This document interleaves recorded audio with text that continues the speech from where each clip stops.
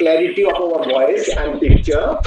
So I'll request everybody to switch off, keep their mic on mute format until unless you are required to speak. So I'm taking this opportunity to welcome you all in this meeting. As you know that the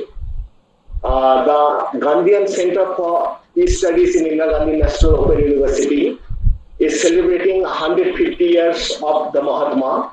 As a part of this celebration, the center has already launched several online programs like PEGA program in Gandhian Peace Studies, PG Diploma in Gandhian Peace Studies, PG Certificate in Gandhian Peace Studies.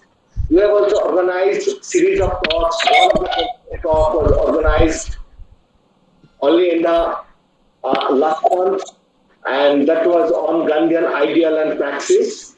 On 2nd October, we will be organizing a series of programs starting from Shraddhanjali to Mahatma at 10:15 a.m. in the Majangari campus. It will be followed by online competition, painting competition by the children of IGNOU staff members, that will be online. It will be followed by essay competition by IGNOU staff members and the registered student. I'm happy to announce that we have received more than 450 entries in the poetry from the students from all over the country. And similarly, we have got good number of entries for the painting competition. I request all of you to join all this program online. Now today we have a significant national webinar on Gandhian perspective that will be addressed and delivered by none other than a prominent nationalist philosopher, a poet and an administrator, Professor Arun Divakar Nath Bajpayee. Now I'll request Professor Rashmi Sinha, the directors of the School of Social Sciences, to welcome our guest speakers and other participants. Rashmi Sinha ji.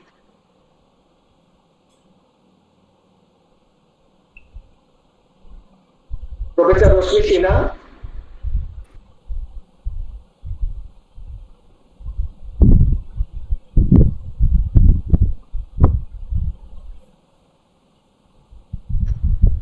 Professor Rashmi Sinha, are you available? Are you getting our voice? I don't know why it's getting muted. I'll start it again. Let's see. Okay, please. Yeah. Honorable Vice Chancellor, Sir, Professor Nageshwar Rao, our distinguished speaker, Professor Arun Divakar Nath Bajpayee, nationalist thinker, poet, and former Vice Chancellor H.P. Shimla, our ever-encouraging pro-Vice Chancellor, and August gathering, Sadar Abhinandan. Indira Gandhi National Open University celebrates 150 years of Mahatma Gandhi. School of Social Sciences extends hearty welcome to all who have joined us in the national webinar on Gandhian perspective. Mahatma Gandhi is extensively acknowledged as one of the most powerful political thinkers and activists of 20th century. Gandhiji aims at what we may call sustainable development, balanced development of body, mind and soul. He realized that human development is not just material or economic, but it has to be moral, it ought to be capable to inculcate the values of equality, liberty and dignity in people. Also, it must provide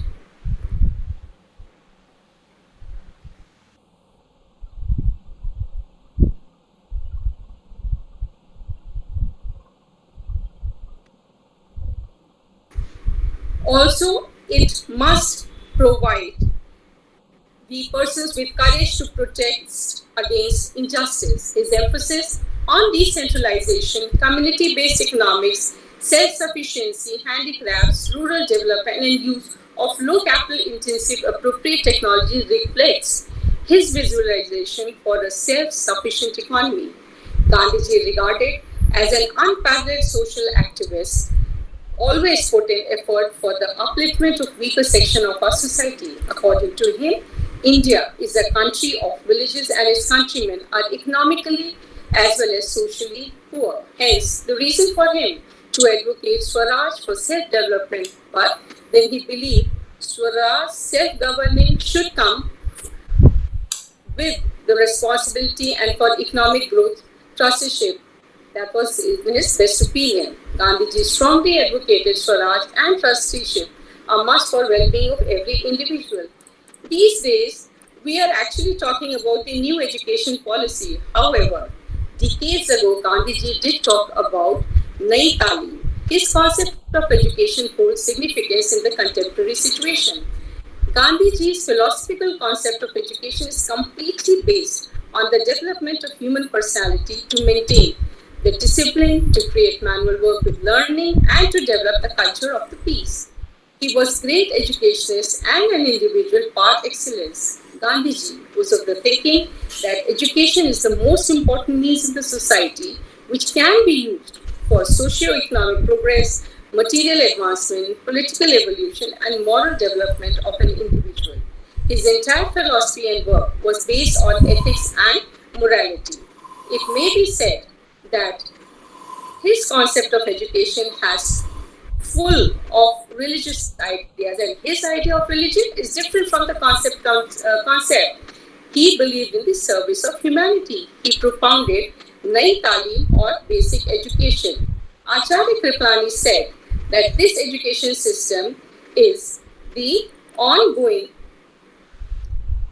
This education system is scoping stone of Gandhiji's social and political edifice. His philosophical thought on education is highly pedestal that creates the socio-economic development of society.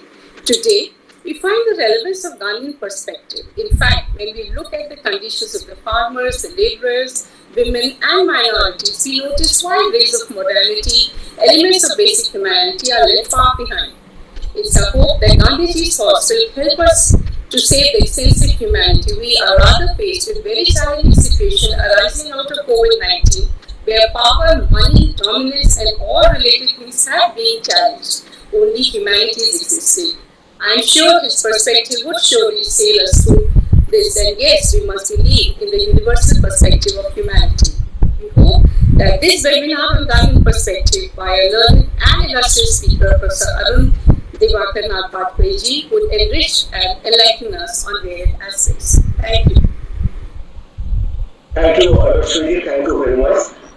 Our esteemed Vice Chancellor, Professor Nageshwar Rao, all our respective Vice Chancellors, the directors of the schools and heads of divisions, my fellow teachers, colleagues, and the academics, and my dear students. So I'm happy to inform you that we got a good number of our student participants. Many of them are participating from Jammu and Kashmir, somebody from Gujarat, and also having students either from Tamil Nadu and some students also from Northeast. They are participating in this program. So with all of your permission, I have the pleasure and privilege to introduce our speaker today, Professor Arun Divakar Nath Bajpayeeji. All of us we know that Professor Bajpayeeji has been an able academic administrator and educational leader in the country. He has been a Vice Chancellor for Himachal Pradesh University, Vice Chancellor Adarsh Pratap Singh University, Rewa, Vice Chancellor Mahatma Gandhi Chitrakoot, Ramanya Vishwavidyalaya Chitrakoot. He has also been council member of Association of Commonwealth University London and varieties of honorary positions and administrative positions he has held and given leadership for this country and abroad. For his academic excellence and administrative excellence, he has received a host of awards. I can only mention a limited few. Those are only very recent one. Vivekanand Seva Alankaran 2019 by Bharat Vikas Parishad Jabalpur, Guru Vaishishta Samman 2018.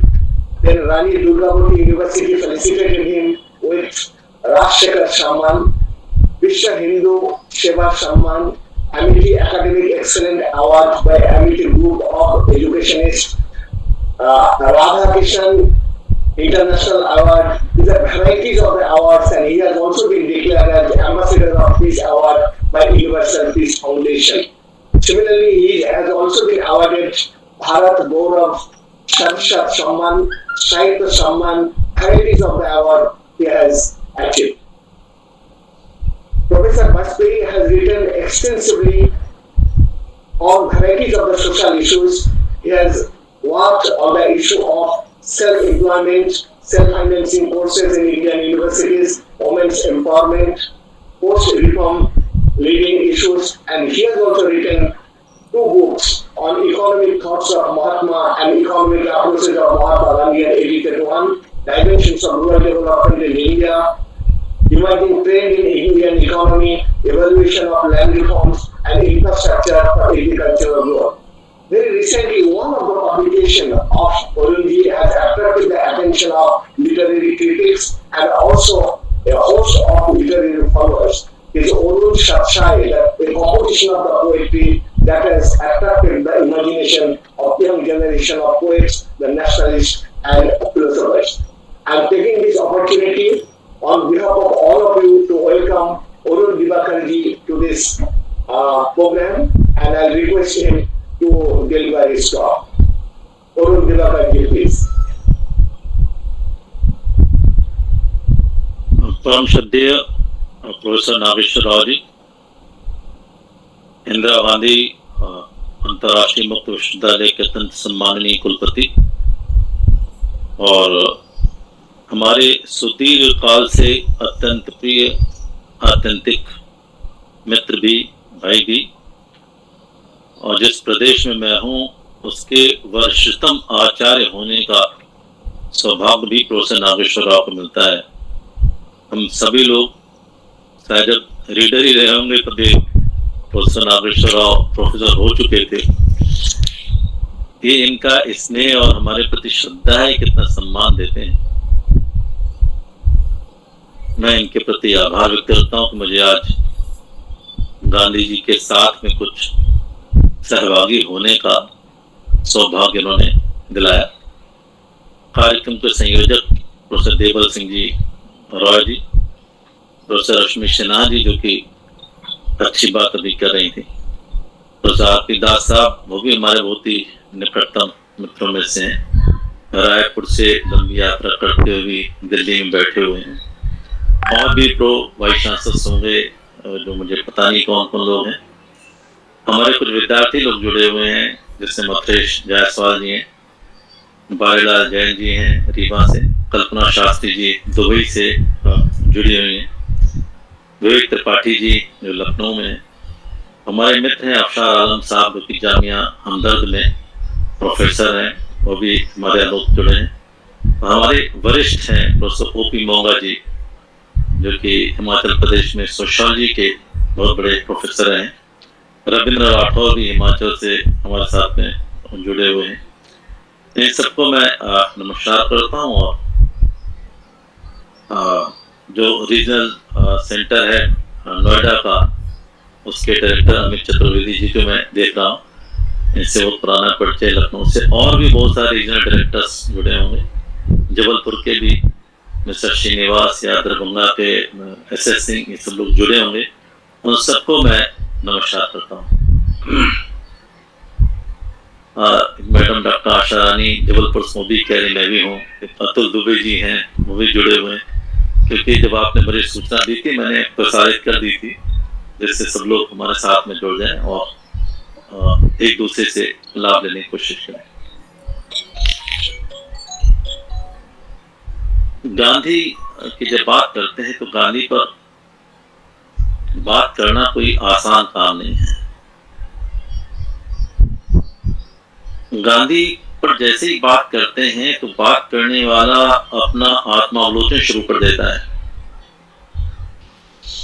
बात तो हम गांधी की कर रहे हैं, जीवन में आचरण किस प्रकार का है। 5-10% भी उसकी सत्यता है, 5-10% तो उसकी ईमानदारी है, 5-10% भी समझौता न करने की प्रवृत्ति है, 5-10% भी न्याय करने की प्रवृत्ति है, 5-10% भी एक ऐसी बात कहने की जो सत्य पर आधारित हो, सामने को कष्ट देने वाली हो। तो महज अकादमिक बात करने से हट करके जब तक गांधी को हमने जिया नहीं है, कुछ अंश तक जिया नहीं, मुझे लगता है बात प्रभावी नहीं होती। मैंने जब परिचय कराया देवल सिंह ने, पता नहीं वो बात छोड़ क्यों दी, और मुझे तो लगा उसके कारण ही मैं आपके बीच हूँ। जो केंद्र शासन गांधी जी की 150वीं जयंती मना रहा है, उसका सदस्य भी मुझे बनाया गया है। लगभग 2 साल से मैं सदस्य हूँ उसका। 2 अक्टूबर 2020 को संपन्न हो जाएगी। 2 बैठकें हुई हैं और जब पहली बार चिट्ठी आई माननीय प्रधानमंत्री जी की कि अपने अपने आप सुझाव दीजिए कि गांधी पर क्या होना चाहिए, तो मैंने लिख करके भेजा कि गांधी पर लिखा बहुत जा चुका है, गांधी को पढ़ा बहुत जा चुका है, गांधी को छापा बहुत जा चुका है। गांधी पर एक सुभाष लेथर जी भी जुड़े जो कि हमारे गांधी के 150वीं जयंती के कोऑर्डिनेटर हैं, वो भी साथ में जुड़े हुए हमारे साथ हैं। गांधी पर मार्ग बहुत बने हुए हैं। गांधी पर स्कूल से लेकर के महाविद्यालय से के विश्वविद्यालय बहुत बने हुए हैं।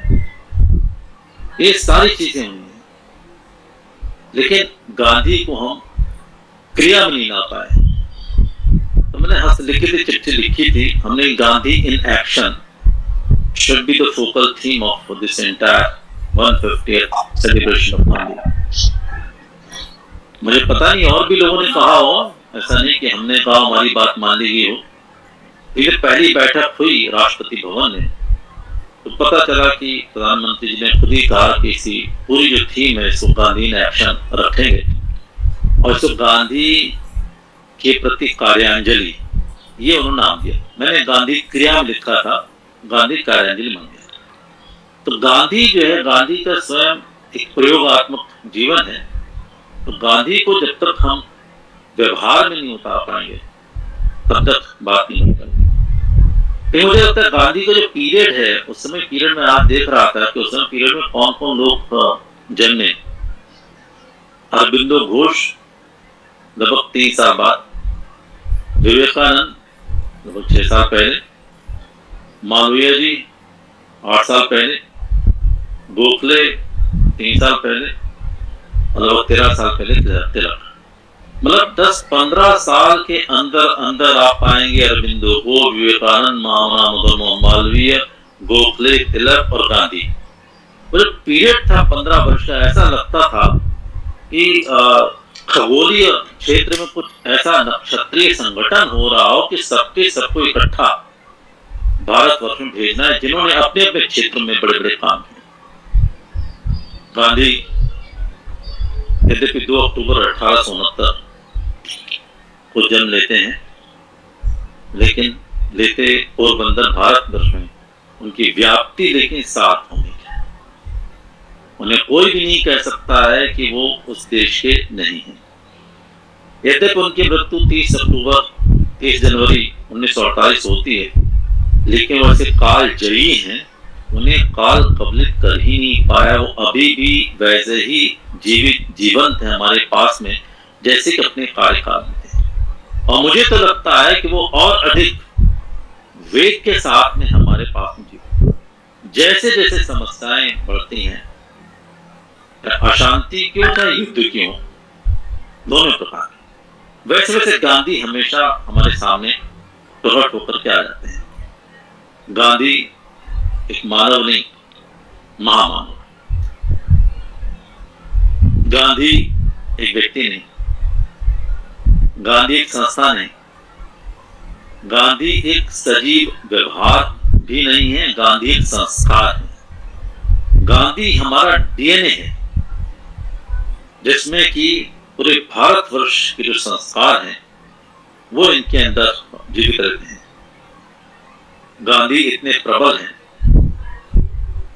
जितने गांधीवादी हैं वो तो गांधी की जय जयकार करते ही हैं, लेकिन गांधी के विरोधी भी, कट्टर विरोधी भी, नंबर 1 गांधी का विरोध खुल करके नहीं कर पाते, अपितु गांधी के जो साम्राज्य है, गांधी का जो कलेवर है, उसमें सम्मिलित होकर के उनके पक्षधर होते चले आते हैं। गांधी बहुत कुछ है, रश्मि जी बता रही थी, गांधी जी पॉलिटिकल फिलोसफर हैं। मैंने कभी पॉलिटिकल शब्द का उपयोग उनके लिए अधिकांशतः नहीं करता हूँ। गांधी में बहुत कुछ है। गांधी साहित्यकार हैं, गांधी का राष्ट्र भक्त हैं, गांधी स्वतंत्रता संग्राम के सेनानी हैं, गांधी पत्रकार हैं, गांधी राजपुरुष हैं, गांधी भक्त हैं, गांधी पर्यावरणविद हैं, गांधी अर्थशास्त्री हैं, गांधी समाजशास्त्री हैं, गांधी कूटनीतिक हैं, सब कुछ गांधी।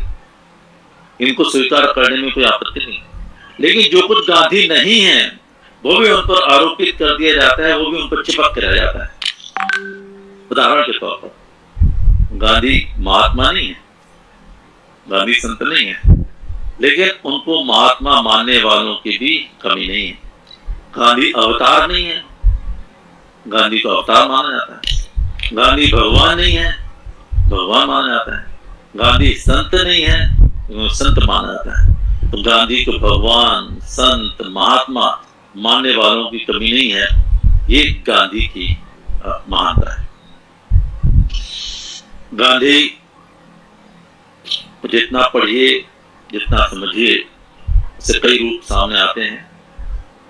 जैसे मैंने बताया, गांधी आध्यात्मिक है, गांधी दार्शनिक है, गांधी मूल्य आधारित जीवन जीने वाले, सांस्कृतिक, सामाजिक, कूटनीतिक, आर्थिक, विकासवादी, प्रगतिशील, अकादमिक, नवोन्मेषी, नवाचारी, अनुसंधानकर्ता, वैज्ञानिक सोच संपन्न, निरंतर प्रवासी, सत्याग्रही, प्रयोगधर्मी, साहसी लेखक, पत्रकार, प्रबंधक, पर्यावरण, वक्ता, संगठक।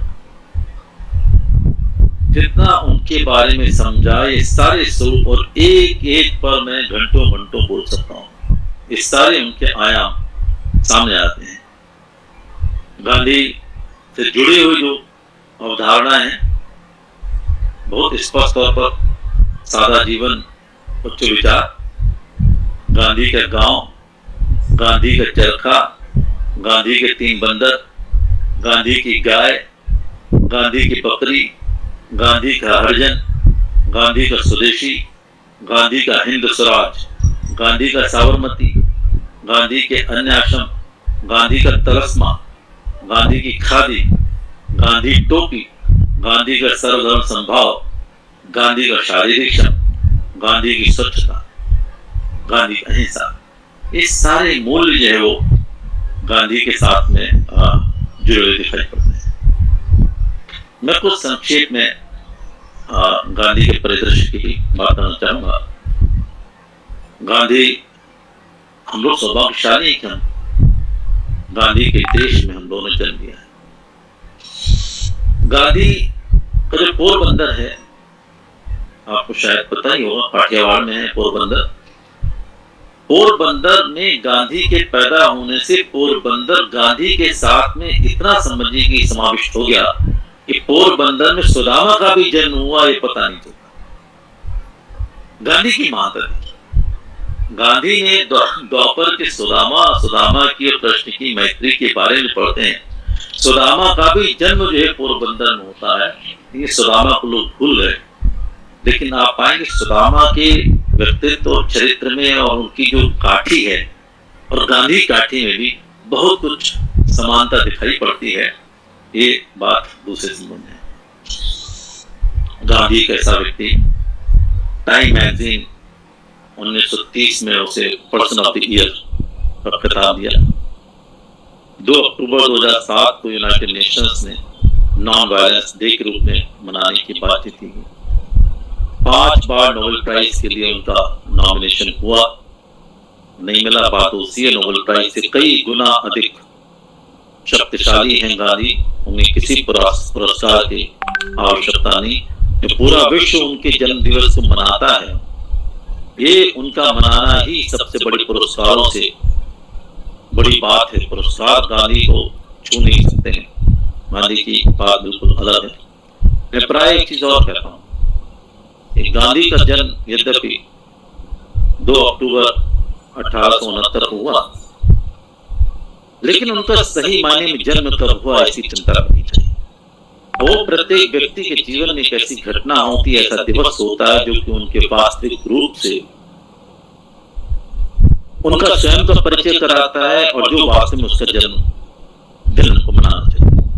मैंने इस बात को कहा भी था जब पहली बार बैठक हुई थी। मैंने कहा था कि गांधी जी का वास्तविक जन्म जो है वो 7 जून 1893 हुआ।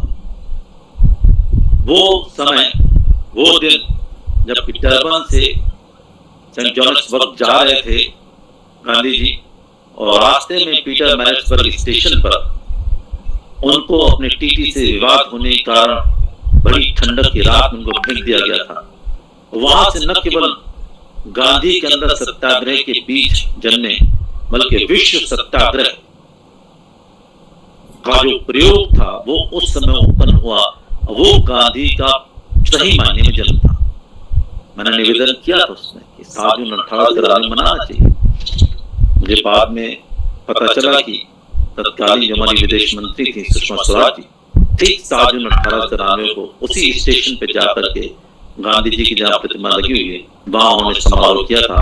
मैं भी उन सौभाग्य दुर्भाग्यशाली व्यक्तियों में से हूँ। मुझे उस स्टेशन पे कुछ क्षण रुक करके गांधी की मूर्ति के सामने अपनी श्रद्धांजलि अर्पित करने का अवसर मिला। जब मैं India Brazil south Africa summit में डरबन गया था एजुकेशन को रिप्रेजेंट करने के लिए, मैं जानबूझ करके उस स्थल को देखना चाह रहा था। गांधी का जो पूरा का पूरा परिदृश्य है, परिप्रेक्ष्य है, हमें उस पर विचार करना आवश्यक हो जाता है। गांधी से जब पूछा कि आपका क्या संदेश है, आप क्या शिक्षा देना चाहते हो, तो उनका कोटेबल कोट है, my life is my message. मेरा जीवन ही मेरा संदेश है, मेरा जीवन ही मेरा संदेश है। ये या तो गांधी के साथ में उद्धृत किया जाता है, या जब रामधारी सिंह दिनकर ने साकेत लिखा, और साकेत में जब भगवान राम के बारे में बात कर रहे हैं तो वो कहते हैं, राम तुम्हारा चरित्र स्वयं ही काव्य है, कोई कवि बन जाए सहज संभाव्य है। दो ही उदाहरण मुझे मिलते हैं, या तो गांधी इतने साहसपूर्ण ढंग से कहते हैं कि मेरा जीवन ही मेरा संदेश है, या फिर साकेत ने मैत्री शरण गुप्त कहते हैं, राम तुम्हारा चरित्र स्वयं ही काव्य, तुम जैसा आचरण करते हो वो स्वयं ही काव्य बन जाता है, और तुम्हें देख करके कोई भी कवि बन जाए ये सहज रूप से सुलभ हो जाता है। तो उन्होंने जीवन को जैसा जिया उसके साथ प्रयोग किए, प्रयोग करने के बाद में ही उसे अपने जीवन में उतारने का प्रयास किया, इसीलिए बहुत प्रभावी होते हैं। गांधी का पूरा पूरा परिप्रेक्ष्य जो है वो भारतीय मूल्यों से ओतप्रोत है। गांधी का परिप्रेक्ष्य जो है वो आध्यात्मिक प्रयोगवादी या प्रयोगवादी आध्यात्मिकता है। वैसे आध्यात्मिकता से तात्पर्य होता है, रश्मि जब धर्म की बात कह रही थी तो उनको लगता होगा धर्म को प्रयोग से थोड़ा सा अलग करके बात। हमारे यहाँ धर्म बिना प्रयोग के धर्म नहीं मानते। उससे बड़ा जो हमारे पास में कॉन्सेप्ट वो आध्यात्मिकता है। उससे तात्पर्य होता है हम जो जीवन के मूल्यों को जीवन जिए, और वही जीने का ही नाम जो आध्यात्मिकता होता है। तो गांधी जो है वो या तो प्रयोगात्मक आध्यात्मिक है या आध्यात्मिक प्रयोगवादी हैं, दोनों ही एक साथ अवधारणाएं उनके साथ में चलती रहती हैं। गांधी ने जो भारतवर्ष की जो आध्यात्मिकता है उससे ओतप्रोत होकर के और उसके जो जीवन मूल्य थे उन जीवन मूल्यों को वैज्ञानिक ढंग से उनकी चिकित्सा करके, जो आवश्यकता उसको अपना करके, जो अनावश्यकता था उसको हटा करके, जीवन में उतार करके, जिसको कहते हैं सिद्धांत जो अंततः सिद्ध होता है, उन सिद्धांतों का पालन करके, और पालन करने में व्यक्तिगत रूप से ही नहीं, उनकी आध्यात्मिकता, उनका धर्म, उनका जीवन, उनका परिप्रेक्ष्य केवल एक व्यक्ति के लिए नहीं, अपने लिए ही नहीं है, बल्कि जिस परिवार में रह रहे हैं वो बाप के लिए भी उतना ही लागू होता है, कस्तूरबा पर ही उतना ही लागू होता है, वो उनके साबरमती आश्रम में रहने वाले परिचरों पर उतना लागू होता है, वो वर्धा पर भी उतना ही लागू होता है, वो उनके समाज पर उतना ही लागू होता है, वो राष्ट्र पर भी उतना लागू होता है, चर्चिल से मिलने जाते हैं चर्चिल पर भी उतना लागू होता है, माउंट बेटन पर भी उतना ही लागू होता है, उतना ही जिन्ना पर लागू होता है, उतना ही नेहरू पर लागू। तो गांधी का जो परिप्रेक्ष्य है वो व्यक्ति से उठकर के पूरे समाज को पूरे राष्ट्र को, पूरे विश्व को, पूरी जो मानवता है उससे जोड़ने वाली उसकी आध्यात्मिकता और उसका परिप्रेक्ष्य एकांगी होकर के काम नहीं करते हैं। गांधी इस आध्यात्मिक परिप्रेक्ष्य में जैसा मन में है वैसा ही वाणी में है, वैसा ही व्यवहार में है, तीनों में एकात्मता लाने का प्रयास करते हैं। प्रयास ही नहीं, उन्होंने सिद्ध किया, सिद्ध करके बताया कि जो तेरे मन में है वही वाणी में होगा, वही कर्म में होगा। रविन्द्रनाथ टैगोर ने संभवतः 1915 में उनको टाइटल दिया था, महात्मा का टाइटल दिया था। जब उनसे पूछा गया कि आपने महात्मा क्यों कह दिया, तो उन्होंने कहा मनस से कम वचन से कम कर्मण एकम महात्मा, जिसके मन वाणी कर्म में एक है वो महात्मा है। मनस्यन्नत कर्मण्यनत वचनसत दुरात्मा, मन वाणी और कर्म में जिसके अलगाव है वो दुरात्मा है। वो एक महात्मा वही होता है जिसके मन वाणी और कर्म एक आत्मा है। सत्य के लिए समर्थित, सत्य के लिए संपन्न, सबसे अधिक सत्यवादी धरती पर हरिश्चंद्र को छोड़ दीजिए, आप उनकी बात नहीं करते। आधुनिक युग में तो दो लोगों के नाम सत्य लिए जाते हैं, एक जॉर्ज बर्नार्ड शॉ और दूसरे Mahatma Gandhi. George Bernard Shaw तो कुछ सीमा का और अतिक्रमण कर जाते हैं जब सत्य की बात आती है। मैं यहाँ पर उनका जिक्र नहीं करूंगा। गांधी की बात करना है, सत्य ही उनके लिए ईश्वर है, ईश्वर ही सत्य है। जब एक विदेशी ने कहा इस सत्य को भारत में विदेश से, यूरोप से सत्ता है, तो गांधी ने कहा नहीं, भारतवर्ष की जो समृद्ध परंपरा है वो बहुत पुरानी है, सत्य पर ही आधारित हमने जीवन जिया है और सत्य को ही हमने ईश्वर माना है। इससे हमें किसी से सत्य सीखने की आवश्यकता नहीं है, कोई हमको शिक्षा भी न दे। गांधी के जो औजार हैं वो भी आध्यात्मिक परिप्रेक्ष्य से ही उपजे हुए हैं।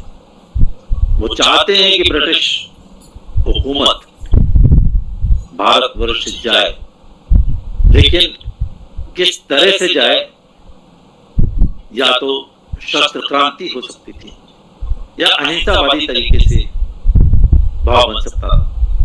और हिंसक क्रांति का भी, हिंसक युद्धों का भी भारतवर्ष में अपना एक उदाहरण रहा है, एक अच्छा इतिहास रहा है। और मुझे लगता है विश्व युद्ध 1914-1944 में तो बाद में हुए। भारतवर्ष ने त्रेता में रावण के साथ में युद्ध हुआ, वो भी एक विश्व युद्ध था, और द्वापर में महाभारत का युद्ध, वो भी एक विश्व युद्ध था। और उस विश्व युद्ध के अंतर्गत जैसे शस्त्र अस्त्रों का उपयोग किया गया, महाभारत में तो सारा उल्लेख भी मिलता है, वैसा तो अभी भी शस्त्र बन ही नहीं पाए। ब्रह्मास्त्र की बात जब करते हैं, ब्रह्मास्त्र छोड़ करके पुनः अपने पास में वापस आ जाए, ऐसा ब्रह्मास्त्र बना नहीं सकते। ब्रह्मास्त्र में वो डिस्क्रिमिनेशन भी है, फीड कर देते थे किसको मारना है, इसको नहीं मारना है, इससे सख्त मारना है। वैसा ब्रह्मास्त्र तो अभी बन ही नहीं पाया। युद्ध की हमारे पास में एक पूर्व पीठिका है, लेकिन गांधी उसका उपयोग नहीं करते। गांधी को पता है कि शस्त्र से द्वारा जो प्राप्त की हुई स्वतंत्रता है हो सकता है स्थायी न हो, अहिंसा के माध्यम से, अहिंसा वाला जो तत्व है।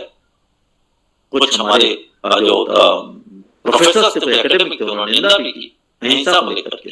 अभी एक कैम्ब्रिज यूनिवर्सिटी के वेबिनार में हम लोग थे और प्रहलाद सिंह पटेल जो कि मंत्री हैं कल्चर टूरिज्म के, वो सांसद थे। तो कैम्ब्रिज यूनिवर्सिटी बच्चे ने पूछा यदि गांधी नहीं होते तो क्या होता।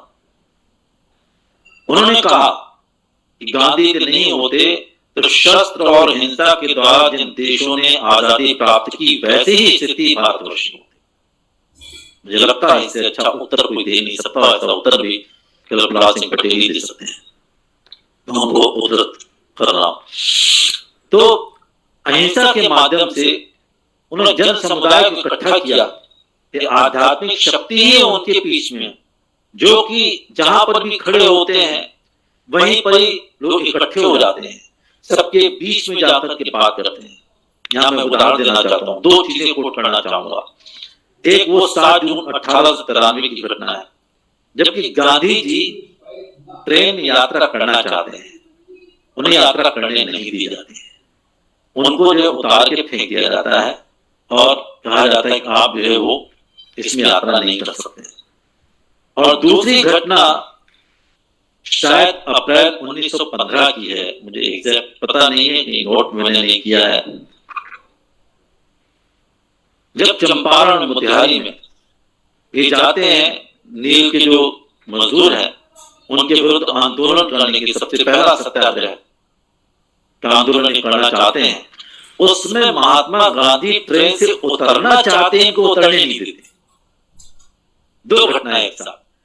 एक बार 7 जून 1893 को यात्रा करना चाहते हैं, उनको यात्रा करने नहीं दी जाती है, और चंपारण में जो है वो उतरना चाहते हैं, उतरने नहीं दिया जाता है। अभी आप मोतिहारी जाएंगे तो ट्रेन का डब्बा खड़ा, उसमें गांधी का पुतला उतरते हुए वहीं को रोक जाता है। गांधी उतरते हैं, गांधी आंदोलन करते हैं, लोग इकट्ठा करते हैं। तो गांधी का जो परिप्रेक्ष्य है, जैसे मैंने बताया, सत्य पर आधारित है, उनका परिप्रेक्ष्य अहिंसा पर आधारित है और उसको अपने जीवन में उतारने पर आधारित है। लोगों को साथ साथ कैसे लेकर के चला जाए, साथ ले चलने के लिए एक कोई अनुशासन बद्ध कोई तरीका हो सकता है, उसके आधार बनाते हैं, कोई कानून बन सकता है, हम अपने प्रतिनिधि बना देते उनके आधार पर कर सकते हैं। गांधी ऐसा कुछ नहीं, गांधी जो है स्वयं आगे आकर के लीड करते हैं और सबको एक साथ लेकर के चलना। गांधी जो है दूसरों की समस्याओं को अपनी समस्या बना करके काम करते हैं। गांधी जब देखते हैं नदी के किनारे एक वृद्धा स्नान कर रही है, उसके पास में धोती इतनी नहीं है कि वो समझे पूरे अपने अंगों को ढक ले। गांधी शपथ देते हैं, आज से मैं पूरी धोती नहीं, पूरे जीवन पर्यंत समझिए आधी धोती नहीं उतार देते हैं। ये है गांधी का परिप्रेक्ष्य। गांधी का परिप्रेक्ष्य ये भी है कि जब बात आती है देश को किस प्रकार से स्वतंत्र किया जाए, उसका एक यंत्र होता है। देश का विकास किस प्रकार से हो, स्वदेशी के अतिरिक्त कोई दूसरा विकास संभव नहीं हो सकता है। भारतवर्ष को 1947 से लेकर 2020 तक बीच में कई बार स्वदेशी के नारे लगे, 91 नारे लगाए गए, लेकिन स्वदेशी को एक यंत्र के रूप में, विकास के यंत्र मॉडल के रूप में लाने में 2020 तक की यात्रा पूरी करनी पड़ी। स्वदेशी, गांधी का स्वदेशी अपनी राष्ट्रभक्ति से उपजी हुई व्यवस्था से जुड़ा हुआ है। जब गांधी कहते हैं कि भारतवर्ष जो है 7 lakh Republic villages, sovereign villages का देश है, तात्पर्य एक गांव की अपनी व्यवस्था है, गांव की अपनी कृषि है, गांव अपनी किसानी है, गांव के अपने स्किल पर्सन्स भी हैं, गांव में गाय पशुधन भी है, गांव में वृक्षों से जुड़ा हुआ वन संपदा भी है। इन सारी संपदाओं को पूल बना करके यदि अपनी स्किल के साथ में जोड़ करके हम प्रत्येक गांव को विकसित करके बनाएंगे और सारे राष्ट्र के जितने गांव सब विकसित हो जाएंगे, उससे राष्ट्र के विकास नहीं बनना चाहिए। गांधी ने हिंद स्वराज में सारी भूमिकाएं, पूरी विकास के जितने नियम हो सकते हैं, जितनी प्रणालियां हो सकती हैं, वो सब विकसित हैं। गांधी का जो प्रजातंत्र है, वो गांधी का प्रजातंत्र भी गांव से उपजा हुआ प्रजातंत्र है, जिसको प्रेमचंद ने जुम्मन शेख और अलगू चौधरी की कहानी में स्पष्ट तौर पर लिखा कि पंच किस प्रकार से परमेश्वर हुआ करता है। गांधी प्रबंधन के बड़े दक्ष होते हैं। समय प्रबंधन कोई सीखना चाहे तो गांधी से सीखना चाहिए। मिनट टू मिनट कितनी प्राथमिकता देनी है, कितनी प्राथमिकता नहीं देनी है। बात हो रही, बहुत लंबी चौड़ी बात हो रही, सब लोग बैठे हैं उनके पास में, और गांधी उठ खड़े होते हैं, बोले कहाँ चले बाबू, बोले मुझे बकरी को चारा देना है। गांधी उठ के चले, प्रबंधन समय उनका हो रहा है। समय के प्रबंधन के बारे में, संसाधनों के प्रबंधन के बारे में, व्यक्तियों के नियोजन, व्यक्तियों के प्रबंधन के बारे में आज के जितने मैनेजमेंट के एक्सपर्ट्स हैं, वो सब कुछ गांधी के बारे में सोचना। गांधी और स्वदेशी के बारे में बात करते हैं तो स्वदेशी में कोई उनका पूर्वाग्रह नहीं है।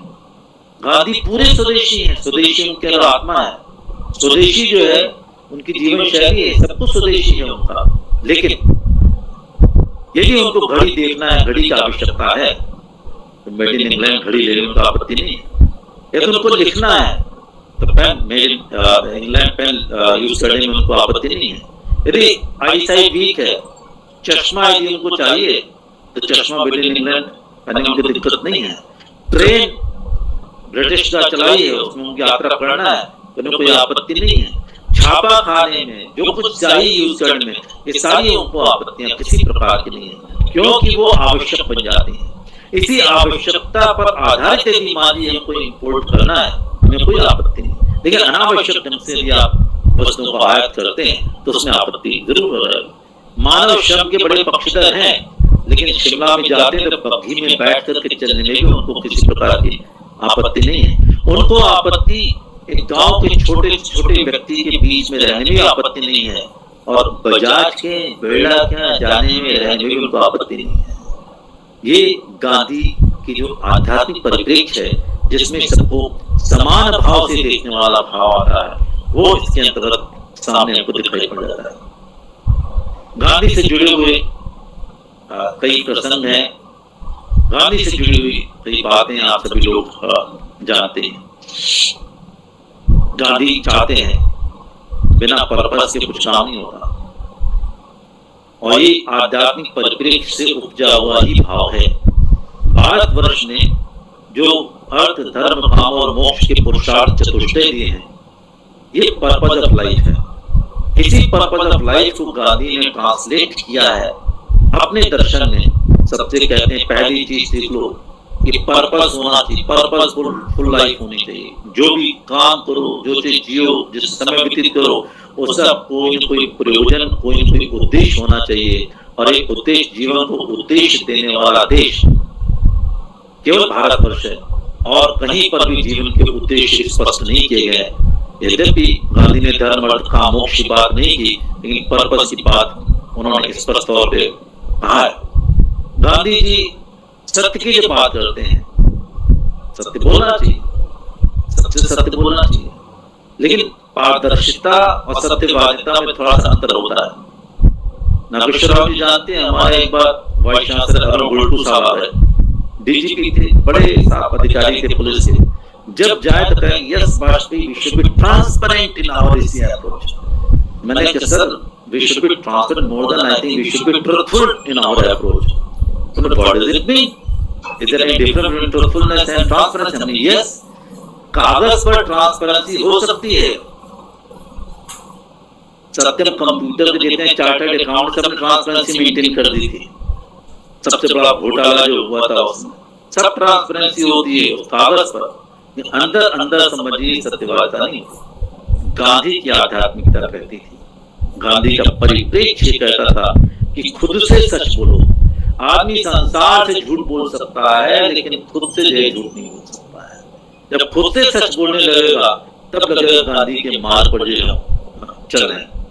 इसी प्रकार से गांधी का एक और पोर्टेबल कोट है जो उनके सिद्धांतों में, सोच बड़ी रखना चाहिए, सोच बड़ी, लक्ष्य बड़े रखना चाहिए, लक्ष्य बड़े रखना चाहिए। लेकिन कुछ छोटी छोटी चीजों से संतुष्ट होना भी व्यक्ति को आना चाहिए। सोच बड़ी रखो, बल्कि छोटी चीजों से भी संतुष्ट रहने की आदत व्यक्ति के पास होनी चाहिए। होता यह है कि हम बड़े लक्ष्य तो निर्धारित कर देते हैं, बड़ी चीज के पीछे दौड़ते रहते हैं, और छोटी छोटी चीजों को ध्यान ही नहीं देते। आप इसमें मान लीजिए लॉर्ड माउंटबेटन हमारे पास में लक्ष्य में है, तो छोटे गांव किसानों को हम छोड़कर नहीं सकते। यदि लक्ष्य हमारा राष्ट्र को स्वतंत्रता देना, दिलाना है, बड़ा हमारे पास में लक्ष्य है, तो हम चंपारण का सत्याग्रह तो नहीं बोल सकते, हम दांडी मार्च करना तो नहीं बोल सकते। ये छोटी छोटी समस्याएं हैं, वो भी हमारे पास में आनी चाहिए। और इसके पीछे वैज्ञानिक नियम यह है, आपको हिमाचल की भी चढ़ाई करनी, एवरेस्ट पर भी चढ़ाई करनी। एवरेस्ट की ऊंचाइयां भी एक एक कदम करके ही तय की जाती हैं। कोई चौपट से चला जाए तो उसको माउंटेनियर नहीं कहते हैं। माउंटेनियर तो वही होगा जो एक एक कदम करके चलता है, कदम एक ही छोटा छोटा होता है, चाहे बड़ी मंजिलें प्राप्त करना हो, ऊंचाइयां प्राप्त, शिखरों का स्पर्श करना हो, वो भाव गांधी के अंतर्गत आ जाता है। गांधी के बहुत सारी चीजें हैं, लेकिन सबसे विशेष बात जो गांधी बनाती है वह उनकी न्यायधारिता का सिद्धांत, जिसको मैं सबसे अधिक महत्व देता हूँ। ये न्यायधारिता ट्रस्टीशिप जिसको कहा गया है, इस ट्रस्टीशिप ने पूरा उनका इकोनॉमिक्स, पूरा उनका एनवायरनमेंट, पूरा उनका अपरिग्रह जैन का सारी चीजें इसके अंदर सम्मिलित है और इसका परिप्रेक्ष्य आध्यात्मिक है। जब ईशावास उपनिषद में कहा गया, ईशावास में तब्दूम सरोमृत किंचित जगताम जगत तेन तक्तेन भुंजी था माग्रदा कससितरा, ये जो कुछ भी है सब ईश्वर प्रदत्त है, ईश्वर के अधिकार क्षेत्र में है। इसमें आपको जितना आवश्यक हो उतना उपभोग करो। तक्तेन भुंजिता, त्याग के साथ उपभोग करो, उपभोग करने की मनाही नहीं है, लेकिन छोड़ करके उपभोग करो, त्याग करके उपभोग करो, लालच के साथ में हड़प करके प्राप्ति के भाव से उपभोग करो तो दिक्कत हो जाएगी। किसी से आपको न तो लालच होना, न बैर होना चाहिए, न किसी से ईर्ष्या होनी चाहिए। ये भाव जो ट्रस्टीशिप का भाव, और इस ट्रस्टीशिप को लेकर के गांधी ने पूरा एक मार्ग बताया। गांधी का जो परिप्रेक्ष्य, गांधी का परिप्रेक्ष्य सही ढंग समझा ही नहीं गया भारत में। मुझे तो कभी ऐसा लगता है गांधीवादी जो कहते भी हैं गांधीवादी हैं, उन्होंने गांधी को ठीक ढंग से समझ नहीं पाया। और मैं भी, मेरे अंदर अहंकार नहीं है, मैंने गांधी एक भाव ये था जब कैपिटलिज्म विश्व भर में आया, 18वीं शताब्दी में शुरू हो गया था, मध्य से स्थापित हो गया। वो क्या करते हैं, निजी स्वामित्व को ही सबसे अधिक महत्व देते हैं। जितने संसाधन है, जो व्यवस्था है, उसमें निजी स्वामित्व होना चाहिए, निजी व्यक्ति होना चाहिए। प्रारंभ होता है परफेक्ट कंपटीशन से, बहुत सारे क्रेता, बहुत सारे विक्रेता, बहुत सारी फर्म आना जाना चलेगा, और अंत होता है जाकर एकाधिकार में। कैपिटलिज्म का सबसे बड़ा दुर्गुण ही है, ये अंत में जाकर या तो एकाधिकार में, एक क्रेताधिकार में, मोनोपोली में ही समझिए कन्वर्ट होता है। इसका नियम कि व्यक्ति की महत्वाकांक्षा बढ़ती चली जाती है, और इसके प्रतिकूल, इसके सम्मुख जो दूसरी व्यवस्था खड़ी की गई वो कम्युनिज्म की व्यवस्था थी। उसमें इसको हटाकर राज्य के हस्तक्षेप की बात थी, राज्य का स्वामित्व होगा, राज्य के पास संसाधन होंगे, राज्य आर्थिक, सामाजिक, राजनीतिक सारी क्रियाओं को लेकर के राज्य ही करेगा। एक तरफ व्यक्ति, एक तरफ राज्य है, दोनों में ही संसाधनों के स्वामित्व की बात होती है। एक व्यक्ति से शुरू होता है, एकाधिकार प्राप्त हो जाता है, और एक और राज्य को जन्म से ही एकाधिकार प्राप्त होता है, उसमें भी वितरण नहीं हो पाता सीधे से। वहां भी जिनका पॉलिट ब्यूरो है, वहां भी स्टेट है, जो राज्य है, वही हर एक चीज अपने पास रखता है, सबको नियंत्रण समझता है। तो दोनों के बीच में जो एक भाव आया, गांधी ने जो स्थापित किया, ट्रस्टीशिप का भाव दिया कि न आपका सामने कोई व्यक्ति का स्वामित्व है, न राज्य का स्वामित्व है, संसाधनों में भी कोई स्वामित्व है तो ईश्वर का स्वामित्व है, प्रकृति का स्वामित्व है, ज्यादा वैज्ञानिक है। कोई भी कहे, चाहे कोई व्यक्ति वैज्ञानिक है, राज्य कहे, उसने एक टुकड़ा कोई भूमि बना सकता है, या कोई एक बूंद जल बना सकता है, या एक टुकड़ा कोई हवा का बना सकता है। जितने पंचभूत हैं, पंचभूतों निर्माण करने किसी व्यक्ति में सामर्थ्य नहीं।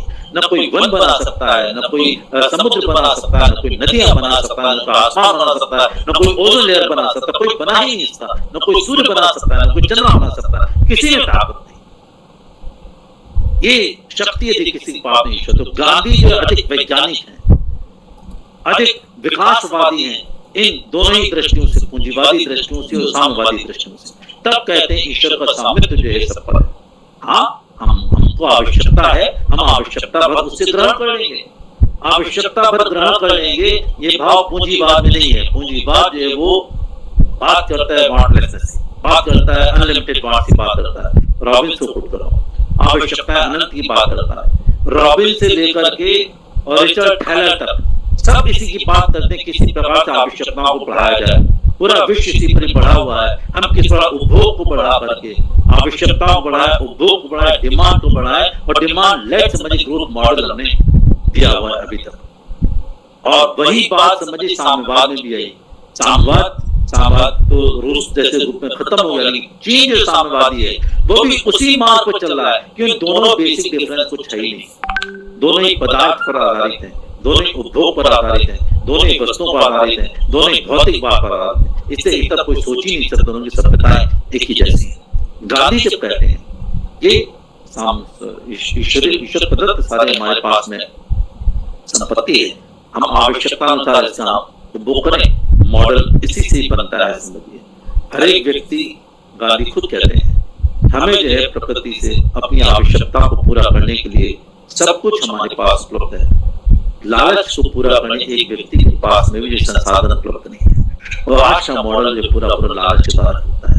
यदि हमने प्रकृति से जितना आवश्यक होता हमने ग्रहण कर लिया, और ग्रहण करने के उपरांत जो शेष रहता है प्रकृति के रिसाइकलिंग करने के लिए या जिनको जरूरत है वहां पहुंचाने के लिए, तो न तो समझिए किसी प्रकार वितरण की असमानता होगी, न समझ सस्टेनेबिलिटी की बात की।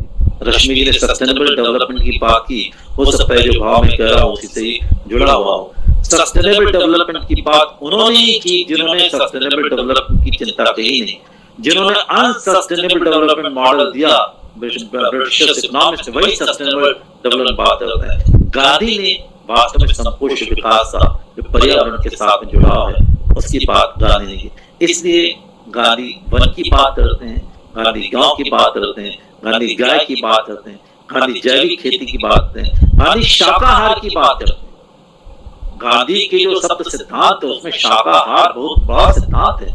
उनका सत्य है, अहिंसा है, ब्रह्मचर्य है, शाकाहार है, आस्तेय है, जिसको चोरी न करने वाला भाव, और ट्रस्टीशिप वाला भी भाव उसके अंदर 7 सिद्धांतों में शाकाहार को महत्व देते हैं। वो कहते हैं मांसाहार से तो कष्ट होता है, वो कैसे आप करेंगे, और शाकाहार के भी उनके अपने प्रयोग हैं, ब्रह्मचर्य के उनके अपने प्रयोग हैं। मैं ट्रस्टीशिप की बात कर रहा था, खाली पर्यावरण से सीमित नहीं है। उद्योगों को विकसित करना चाहिए, उद्योग विकसित होना चाहिए। उद्योग यदि विकसित नहीं होंगे तो कैसे बात चल पाएगी। लेकिन उद्योग में एक आवश्यकता से अधिक यदि माली उद्योगपति अपने पास ही रख लेता है तब वो पूंजीपति बन जाएगा, और जब माली जितनी आवश्यकता से रख लेता है बाकी बांटता है, जैसा उन्होंने बिरला से कहा, जैसे जमनालाल बजाज से कहा।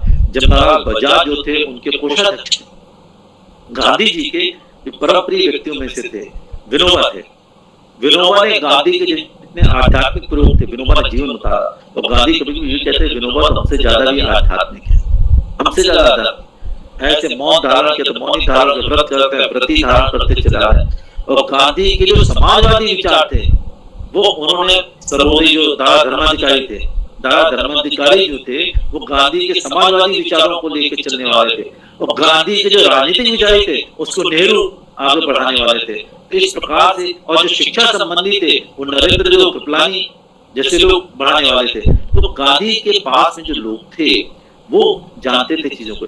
तो जब जमनालाल बजाज या बिरला जो उनको ट्रेनिंग दी, वो आप पाएंगे आज भी उनके उद्योग धंधों में वो चीज नहीं है जो दूसरे नए नए जो उद्योगपति बन गए हैं, जिस प्रकार से उनका व्यवहार है और उनके व्यवहार में आपको अंतर पता चल जाएगा। वो ट्रस्टीशिप की बहुत सी मात्रा अभी पालन करते हैं, और इसी ट्रस्टीशिप का एक हमको दिखाई पड़ता है कॉर्पोरेट सोशल रिस्पांसिबिलिटी के अंतर्गत CSR जिसको कहा गया है, जिनका 2% ऑफ एनुअल जो रिसीट्स होती हैं उनको आपको शेयर करना, छोटा सा स्वरूप दिखाई पड़ता है, लेकिन CSR क्या बंधनकारी है, और वो गांधी उसको जो है आध्यात्मिक रूप मानते हैं। इसी ट्रस्टीशिप का जो है एक व्यवहार आता है जब हम उपभोग को कम करके बचत बढ़ाएंगे। जब बचत होगी तो बचत से कैपिटल फॉर्मेशन ऑटोमेटिक हो जाएगी। बचत अभी कैपिटल फॉर्मेशन कम है, भारत 30% के कुछ आसपास है, चाइना की 40% है। हमारी पूरी प्रकृति जो है वो बचत पर आधारित, उपभोग पर आधारित प्रकृति है ही हमारी जो संस्कृति है वो उपभोग पर आधारित न होकर के बचत पर आधारित है। तो बचत को मॉडल बना करके, बचत से पूंजी निर्माण करके एक आत्मनिर्भरता का मॉडल अगर हम ले जाते हैं तो उस आत्मनिर्भरता के आधार पर जब वो पूंजी निर्मित होगी उसका विनियोग करेंगे, और विनियोग करने के लिए चैनल्स आ जाएंगे। रश्मि डिसेंट्रलाइजेशन की बात की, गांधी और जो परिप्रेक्ष्य वो डिसेंट्रलाइजेशन पर आधारित है। इसमें इकोनॉमिक डिसेंट्रलाइजेशन की बात करते हैं, पॉलिटिकल डिसेंट्रलाइजेशन की बात करते हैं, एडमिनिस्ट्रेटिव डिसेंट्रलाइजेशन बात करते हैं, हर एक का विकेंद्रीकरण होना चाहिए।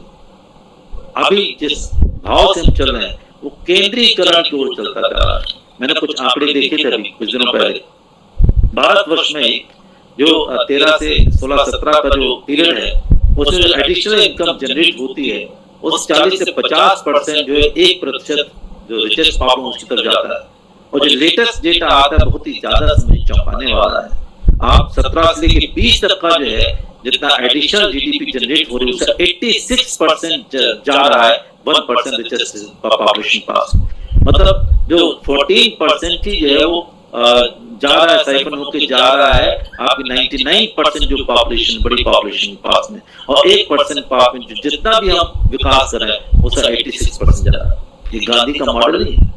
गांधी का मॉडल तब हो पाएगा जब इसको डिसेंट्रलाइज मैनर में, डिकॉन्सेंट्रेशन मैनर में, डेमोक्रेटिक मैनर में डेलीगेट करते हुए पावर्स हम करेंगे, तब जाकर के गांधी हमारे सामने प्रकट हो पाएंगे। गांधी श्रीमद् भगवद गीता के बड़े अनुयायी हैं, उसको जीवन में उतारते हैं। गीता माँ कह के उन्होंने लिखा भी है कि गीता माँ, गीता के जो सिद्धांत हैं और वो ट्रस्टीशिप वाला हो या निष्काम कर्म वाला हो या स्थिति प्रति वाला हो, इस सारे के सारे भाव जो है गांधी ने अपने जीवन में उतारे हैं और उतार करके हमारे सामने प्रस्तुत किए हैं। गांधी को सबके साथ में चलने की आदत है। गांधी का जो भाव है एक सनातनी हिंदू का है। मैं सनातन शब्द का उपयोग इससे करना चाहूंगा। हर एक सनातनी हिंदू होगा ही, ये प्रत्येक हिंदू सनातनी भी होगा, इसमें प्रश्न चिन्ह है। आप लोग कहेंगे मैं कुछ ऐसी बात कर रहा हूं, अधिकांश सनातन और हिंदू दोनों साथ साथ शब्द लेके चलते हैं।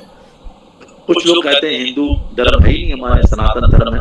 सनातन से तात्पर्य होता है जो प्राचीन से प्राचीन हो और नवीन से नवीन हो, जिसमें सब कुछ समावेश करने के भाव। ये हिंदुत्व की पहली पहचान है। लेकिन कुछ सीधे हिंदुत्व में कट्टरवादिता बह जाती है, उसको सनातनी स्वीकार नहीं करता। तो गांधी जो है वो सनातनी हिंदू है, इस बात को स्वीकार करने में कोई अंतर नहीं। इसलिए जब ईसाइयों के बीच में जाते हैं, उन्होंने बाइबल पढ़ी है, बाइबल का प्रेम उनके पास आता है, बाइबल की करुणा, ईसा मसीह करुणा उनके अंदर विद्यमान रहती है।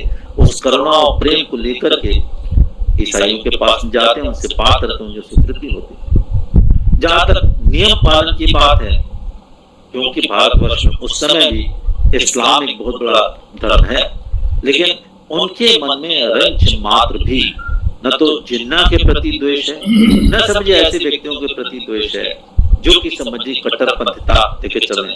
अभी तो गांधी की जो आलोचनाओं का स्वर वो प्रबल होता है विरोधियों का, वो इसलिए होता है वो अधिक कुछ इस्लाम के पक्षधर हो जाते हैं और हिंदुओं का पक्ष सही ढंग से नहीं ले पाते हैं। यहाँ तक कि जब पार्टीशन हुआ और कलकत्ता में जब गए वहां पर हिंदू मुस्लिम दंगे रोकने के लिए, तो हिंदू परिवार नहीं रुके थे, एक मुस्लिम परिवार में रुके थे जाकर के। और जब दंगे नहीं रुके, कम तो हुई, फिर बढ़ने लगे, तो इन्होंने आमरण अनशन फिर बैठ गए। तो एक घटना उसी समय की है, इनसे बहुत सारी कुछ घटनाएं हैं। एक घटना ये है कि एक व्यक्ति उनके पास में आया जब आमरण अनशन बैठे हुए थे, और उस व्यक्ति ने कहा ले रोटी खा ले नहीं तो मर जाएगा। एक शब्दावली को उपयोग जो लिखा हुआ है। बोले मैं क्यों खा लूं? बोले खा लो नहीं, मैं मरने वाला, मुझे नरक मिलेगा। मैंने कैसे नरक मिलेगा? बोले कि मुझसे 8 साल के एक मुस्लिम बच्चे की मैंने हत्या कर दी। बोले तुमने हत्या क्यों कर दी 8 साल के मुस्लिम बच्चे? क्योंकि मेरे 8 साल के बच्चे किसी मुसलमान ने हत्या कर दी थी, तो मैं तुम्हें रोटी देकर के मैं खुद मरने जा रहा हूँ, नरक चला जाऊंगा। बोले तुम रुको, प्रायश्चित करो। उन्हें प्रायश्चित क्या कर सकते हो? उन्हें प्रायश्चित ऐसा करो, एक लड़के को लो, छोटे से लड़के को लो जिसकी कि माँ बाप संबंधी केस में जिनकी मृत्यु हो गई हो, उसको पालो और जीवन पर्यंत उसकी सेवा करो। और जब जाने लगे तो शर्त ये वो लड़का मुसलमान था, वो लड़का मुसलमान हो। ये गांधी ने उससे कहा, एक कोटेबल कोट्स आप गांधी की पढ़ेंगे उससे मिल जाएगा।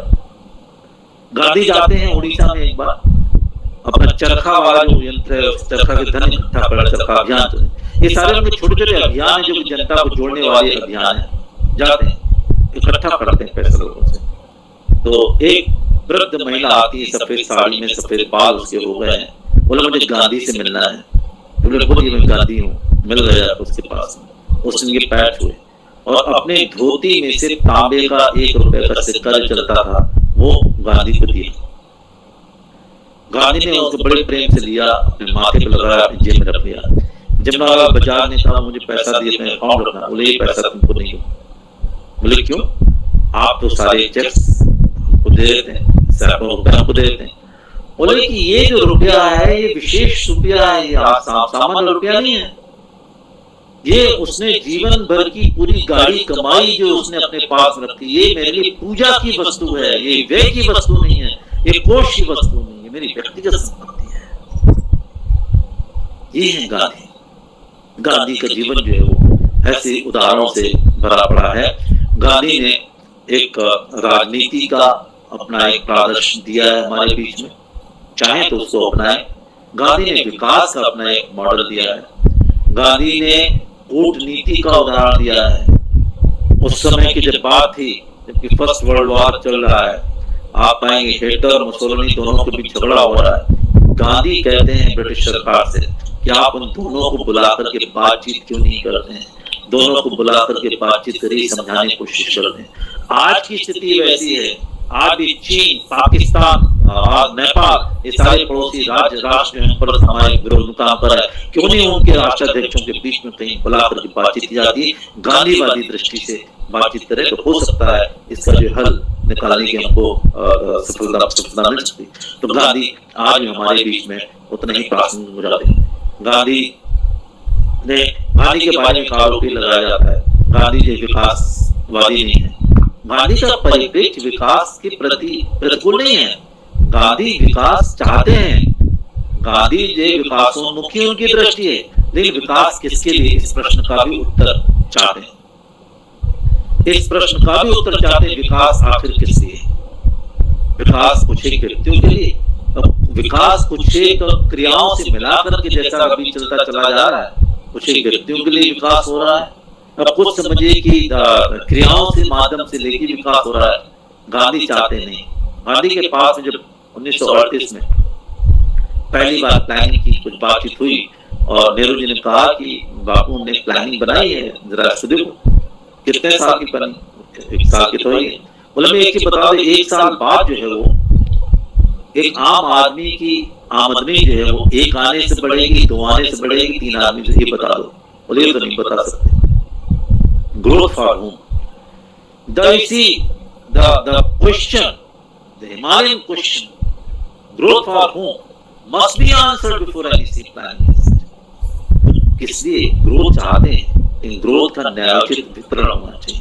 ग्रोथ में इनइक्वालिटीज नहीं होनी चाहिए, ग्रोथ में सस्टेनेबिलिटी होनी चाहिए, ग्रोथ में इम्बैलेंसेस नहीं होने चाहिए, ग्रोथ में इनस्टेबिलिटीज नहीं होनी चाहिए। तब वो गांधी का मॉडल हमारे पास आता है। गांधी से ही कहा जाए, गांधी जी आधुनिक तकनीक के लिए पक्षधर नहीं है। जो व्यक्ति उस समय घड़ी अपने पास में रखा हो, रेलगाड़ी पर चलता हो, चरखा के लिए कहता हो कि भाई हमें कोई ऐसा तकनीकी बता दे जिससे अभी तो समझिए 1 ही पूनी वाला चरखा हमारे पास में है, 10 पूनी वाले चरखे हमारे पास में आए, एक साथ चलने लगे, उससे श्रम जो है बचत हो पाएगी। तो ऐसा व्यक्ति तकनीकी का विरोधी तो नहीं हो सकता, लेकिन वो तकनीकी जो है वो श्रम को प्रतिस्थापित करने वाली होगी, इसको स्वीकार नहीं हो सकता। आधुनिक तकनीकी जो है श्रम को प्रतिस्थापित करने, लेबर सब्स्टिट्यूटिंग टेक्नोलॉजी। अगर लेबर को ही आपने सब्स्टिट्यूट कर दिया तो कैसे अनएम्प्लॉयमेंट दूर होगा, कैसे पॉवर्टी दूर होगी, कैसे इक्वालिटी कैसे आ पाएगी? वो श्रम के सहयोगी के रूप में तकनीकी के पक्षधर थे। वो तब भी सही था और आज भी सही हमारे सामने दिखाई पड़ता है। तो गांधी का एक और चित्र आप देखेंगे, टेलीस्कोप दूरबीन को देखते हुए, माइक्रोस्कोप को देखते हुए कुछ देखने की कोशिश कर रहा है। वो उनकी तकनीकी जो एक दृष्टि थी। गांधी एक व्यापक परिप्रेक्ष्य में, सामाजिक परिप्रेक्ष्य में, वैश्विक परिप्रेक्ष्य में चीजों को उनका देखने का नजरिया है, वही गांधी का चश्मा है। गांधी का चश्मा, उनके शरीर के बहुत सारी समझी चीजें मिलते हैं, प्रोमिनेंट बहुत सारी चीजें हैं। गांधी का डंडा भी है।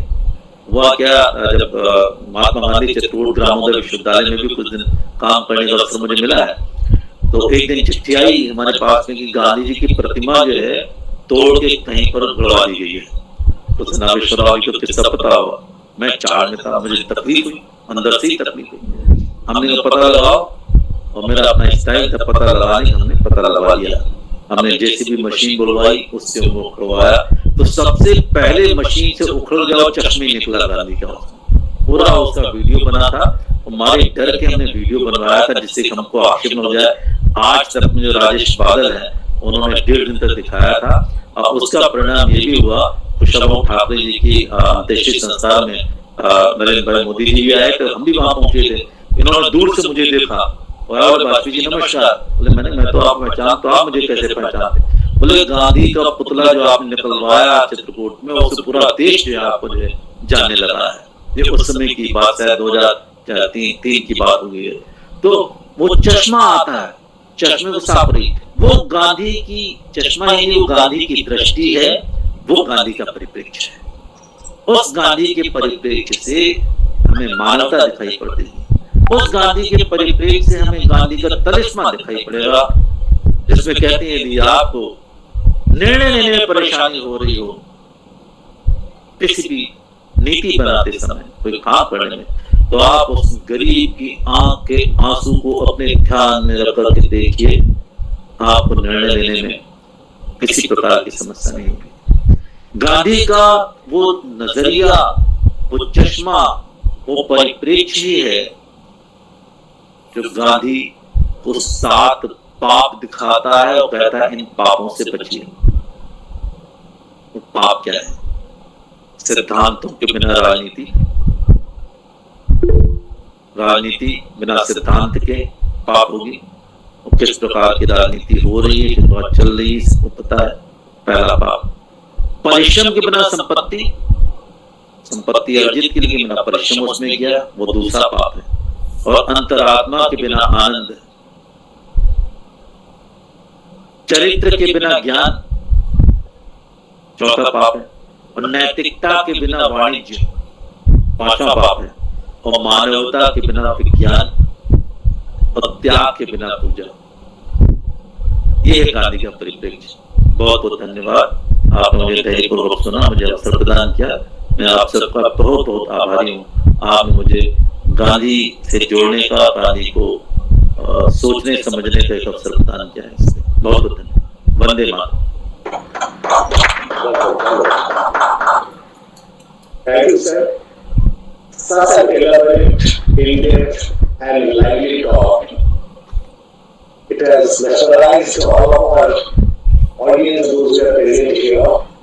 I constantly find 122 people present to listen to it, sir. And they incorporate the academic administrator, our teachers, our academics, our staff members, our students from various parts of the country. Thank you. Thank you. And I can always say, really happy to summarize your talk to the futile exercise. And as a teacher, I don't like to indulge in the futile exercise to summarize your talk, sir. So, at this stage, I can only invite our honorable Vice Chancellor, Professor Nageswar Rao ji, to give this presidential address. Thank you, sir. आदरणीय वाजपेयी जी और आप सभी मित्र, हम लोग बहुत तन्मयता से आदरणीय वाजपेयी जी को सुन रहे थे और वो हृदय से अपनी बात को कह रहे थे। और किसी ने चैट में अपना कमेंट भी दिया है कि इतने भावुक हो गए थे, उनकी आंख से आंसू भी आ गए थे। और उस दृष्टांत को उन्होंने सबके सामने प्रस्तुत किया जो गरीबी, जो कपड़ों की कमी, तो किस रूप में हम लोग देखते थे। आज जब वाजपेयी जी को हम सुन रहे थे तो मुझे पुराने दिन याद आ गए। 82 से 85 तक इलाहाबाद विश्वविद्यालय में मैं गांधी भवन का मानद निदेशक था। लगभग सारे शब्द जो उन्होंने प्रयोग किए उस समय सुनता भी था और उनका प्रयोग भी करता था, क्योंकि उस समय क्या होता था कि जो परिकल्पना थी, जो हम यहाँ भी कोशिश कर रहे हैं कि गांधी का विचार या जो गांधी का जो दर्शन है वह केवल बड़े लोगों के बीच में ही सीमित न रह जाए, हमारी अगली पीढ़ी तक भी पहुंचे।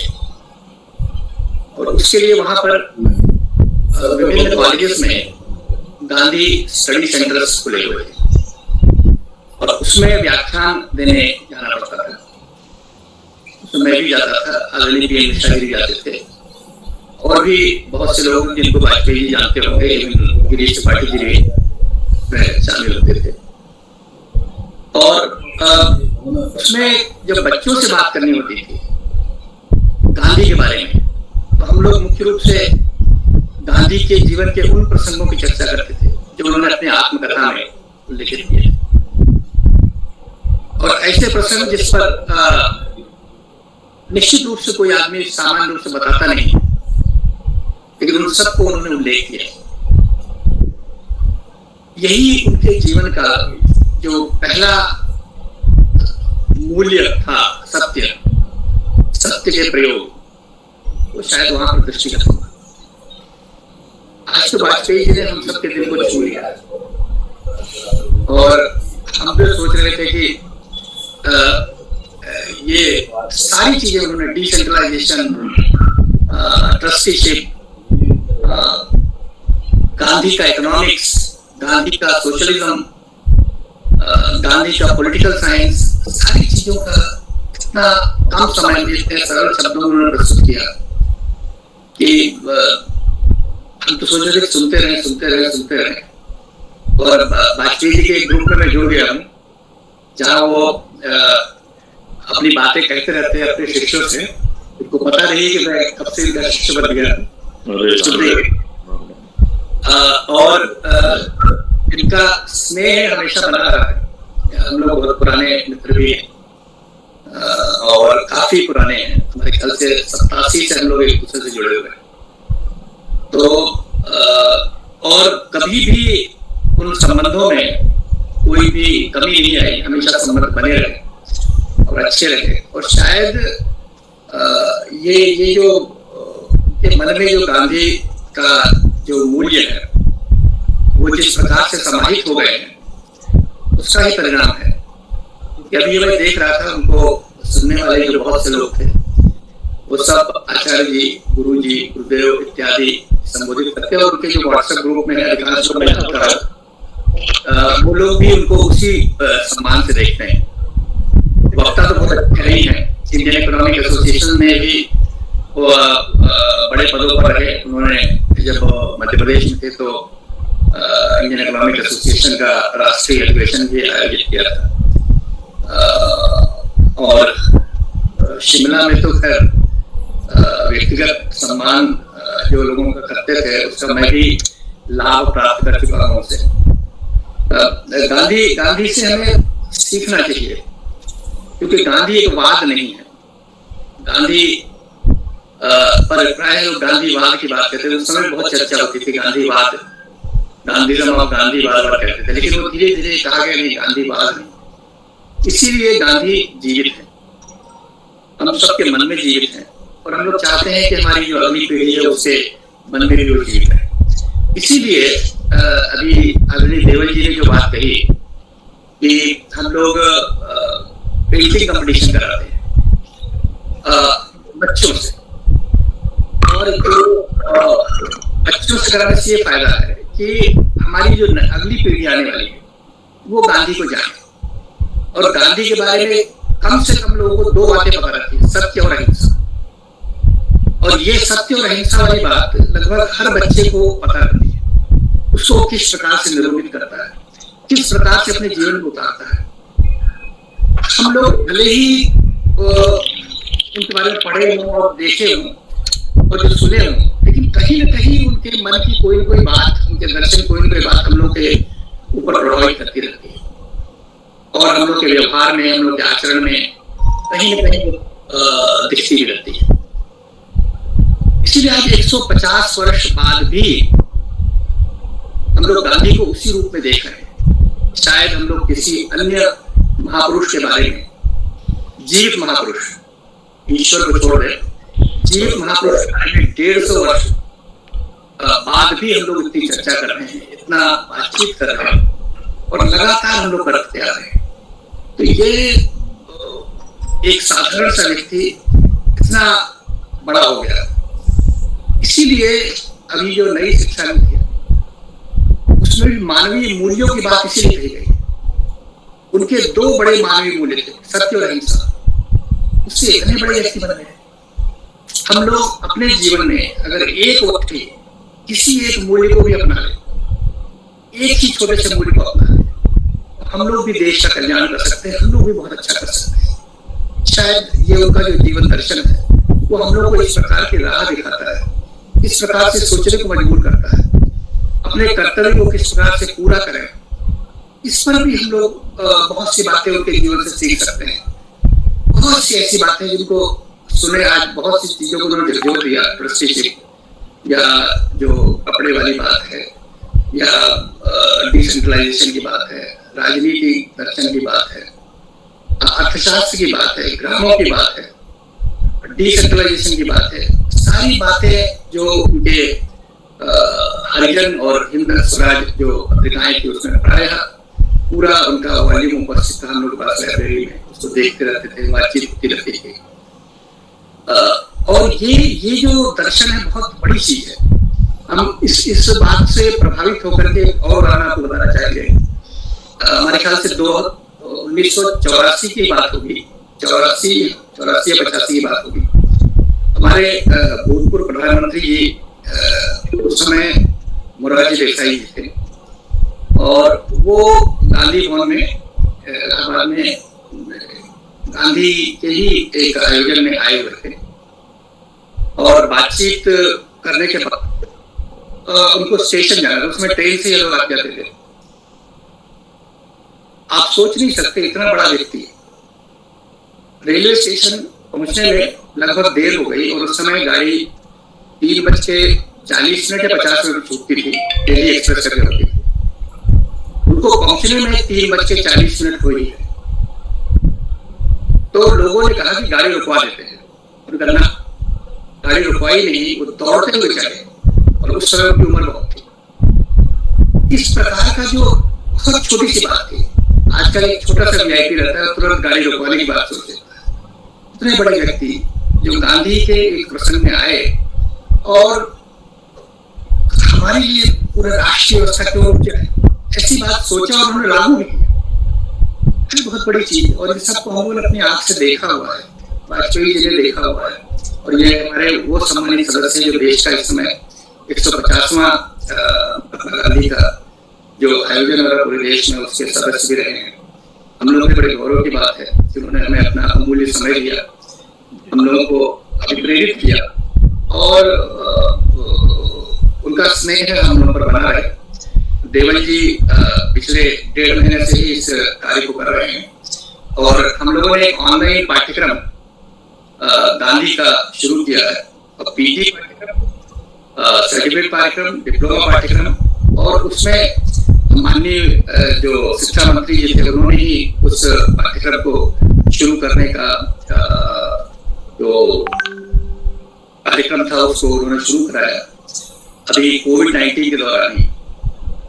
और कोशिश कर रहे हैं कि इसका अंतर्राष्ट्रीय स्तर पर प्रचार और प्रसार हो सके और हम लोग इनके जो आदर्श हैं, उनके जो सिद्धांत हैं, उसको हम लोग लागू कर सकें। एक और हम लोगों ने प्रयास किया था इंदिरा गांधी राष्ट्रीय मुक्त विश्वविद्यालय ने डीओपीटी के साथ मिलकर के एक 2 क्रेडिट का कैप्सूल बनाया था और वो कैप्सूल पाठ्यक्रम उनके IAS ऑफिसर के लिए, वो भी सरकार चाहती थी कि अपने IAS ऑफिसर्स को कि गांधी का मूल दर्शन, गांधी के जो बेसिक्स है उनको लोग समझें।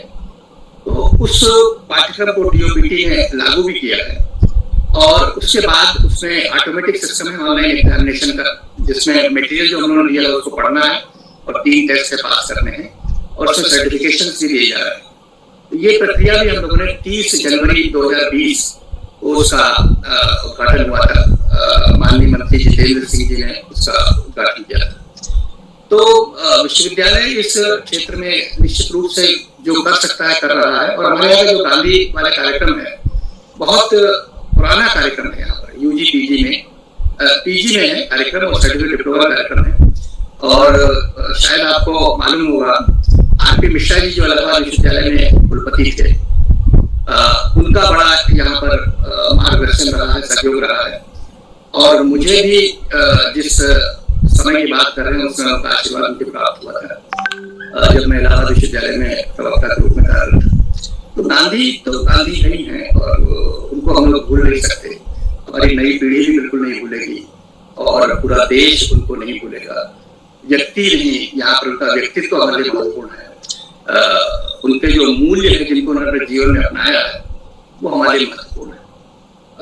वाजपेयी जी को विश्वविद्यालय परिवार की ओर से आदर सहित आभार, बहुत बहुत धन्यवाद। मैं नागेश्वर जी 1 मिनट लूंगा और ले सकता हूँ? बिल्कुल बिल्कुल। दरअसल क्या है, गांधी से मेरा जुड़ाव इतना है कि जैसे अभी आपने बातचीत की इलाहाबाद यूनिवर्सिटी की, गांधी क्या है, एक बार इलाहाबाद जा रहे थे तो उनको बुला लिया। 1904 की घटना है। तो विजय रंगम हॉल है आपके यहाँ, विजयनगरम हॉल है, वहां उन्होंने भाषण दिया था। अब उसकी 2004 में प्रोफेसर RP मिश्रा, दृश्यम त्रिपाठी जब सोच रहे थे उसका सेंटेनरी ईयर बनाना है, किसको बुलाया जाए? तो मैं चित्रकूट का था तो दृश्यम त्रिपाठी मेरा नाम दिया। तो उस लेक्चर का सेंटेनरी ईयर बनाने के लिए मुझे उसी हॉल में उसी समय भाषण देने का सौभाग्य मिला। ये प्रोफेसर RP मिश्रा, दृश्यम त्रिपाठी, आप सबकी कृपा ही है मेरे ऊपर, बुलाया। जब इनकी 100वीं जयंती मनाई जा रही थी गांधी जी की, तब दर्जा 9 पढ़ता था। तो अस्पृश्यता पर एक प्रतियोगिता हुई तो मुझे ये 5 रुपए का प्रथम पुरस्कार मिला। जब 125वीं जयंती मनाई जा रही तो मध्य प्रदेश मनाई जा रही थी, तो कनक तिवारी जी आपको पता था राजसमंद में थे उसके पूरे, उसकी जो पूरी इकोनॉमिक वाली टीम में था। जब 150वीं जयंती मनाई राष्ट्रीय समिति में आ रहा हूँ, जैसे गांधी का भाव बढ़ता है, मेरा भी भाव जो गांधी से जुड़ करके बढ़ रहा है। और मैं देख रहा पंकज खरे जी अपने साथ जुड़े हैं, उनको भी मैं प्रणाम करता हूँ। पंकज खरे जी ने क्या किया, पंकज खरे जी को हमने मीटिंग में बुला रखा था। अच्छा। तो उन्होंने कहा कि 12 बज रहा है, अभी का क्या हो गया, कुछ नहीं बोले। फिर वो वाजपेयी जी आ रहे थे, लेकिन वो उठना चाह रहे थे, अपने उनको जाने दिया, लेकिन बड़े आपके लिए सुनने के बड़ा आतुर थे। कोई बात नहीं सर, प्रणाम सर, मौजूद हूँ मैं, सुन रहा हूँ। Okay Pankaj, thank you Pankaj. प्रणाम। Thank you, sir. Thank you. Now, I'm on behalf of the Gandhi Peace Study Center. I really, I'm speechless for the vote of thanks. Satyakam जी नमस्कार।